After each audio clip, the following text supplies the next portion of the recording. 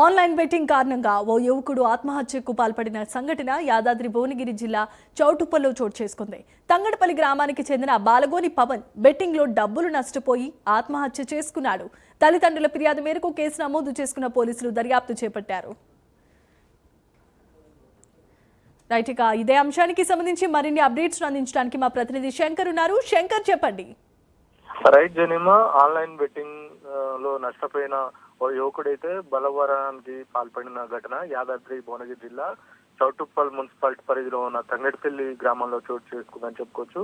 ఇదే అంశం గురించి పోలీస్ ఇన్స్పెక్టర్ మదన్ కుమార్ అయితే తెలిపిన వివరాల ప్రకారం అయితే బాలగోని పవన్ కుమార్ 27 చౌటుప్పల్లోని ఒలిగొండ రోడ్ లో పశువుల దవాఖానను దానాను విక్రయిస్తూ ఉంటాడు. పశువులకు సంబంధించిన ఫీడ్ ను విక్రయిస్తుంటాడు. ఆన్లైన్ లో బెట్టింగ్ లకు అలవాటు పడిన ఈ పవన్ ఎవరైతే ఉన్నారో గతంలో లక్షల్లో నష్టపోయి అప్పులపాలయ్యాడని చెప్పి తెలుస్తున్న పరిస్థితి కనపడుతుంది.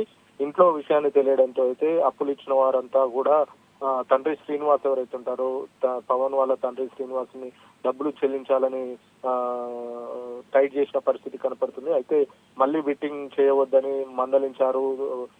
పవన్ తల్లిదండ్రులు ఎవరైతే ఉంటారో పవన్ తల్లిదండ్రులు మళ్ళీ బెట్టింగ్ చేయొద్దని మందలించారు. అయినా కూడా పవన్ తీరు మారకుండా అదే తీరుగా మళ్ళీ పవన్ బెట్టింగ్ ఆడి మళ్ళీ నష్టపోవడం జరిగింది. తిరిగి అప్పులు కావడంతో అయితే కుటుంబ సభ్యులు చెప్పలేక, అటు ఇంట్లో ఎవరికి చెప్పుకోలేక ఫ్యాన్ ఏదైతే ఇంట్లో ఫ్యాన్ కి ఉరివేసుకొని మంగళవారం మధ్యాహ్నం తండ్రి శ్రీనివాస్ భోజనానికి ఇంటికి రాగానే ఫ్యాన్ పూరి వేసుకొని కనపడ్డ పరిస్థితి కనపడుతుంది. మొత్తంగా ఆన్లైన్ బెట్టింగ్ ఏదైతే ఉంటుందో ఆన్లైన్ బెట్టింగ్ ద్వారా జిల్లాలతో ఉమ్మడి నల్గొండ జిల్లాతో పాటు రాష్ట్రంలో కూడా అనేక మంది యువకులు బలవనానికి పాల్పడుతున్న సంఘటనలు అయితే చోటు చేసుకుంటున్న పరిస్థితి కనపడుతుంది. దీని మీద పోలీసులు కూడా సీరియస్ యాక్షన్ తీసుకున్నారు. జిల్లాకు సంబంధించిన ఎస్పీ శరత్ చంద్ర పవర్ అలాగే యాదాద్రి జిల్లాకు సంబంధించిన పోలీస్ సిబ్బంది కూడా సీరియస్ గా చెప్పిన పరిస్థితి కనపడుతుంది. ఎవరు కూడా యువకులు ఆకర్షణగా ఈ బెట్టింగ్ యాప్లకు ఆకర్షణ కావద్దు, ఎవరు ఈ ఆన్లైన్ లో బెట్టింగ్ లో ఆడొద్దు, అలాగే ఫోన్ పే కావచ్చు ఇలాంటి లింకులు కూడా క్లిక్ చేయొద్దు.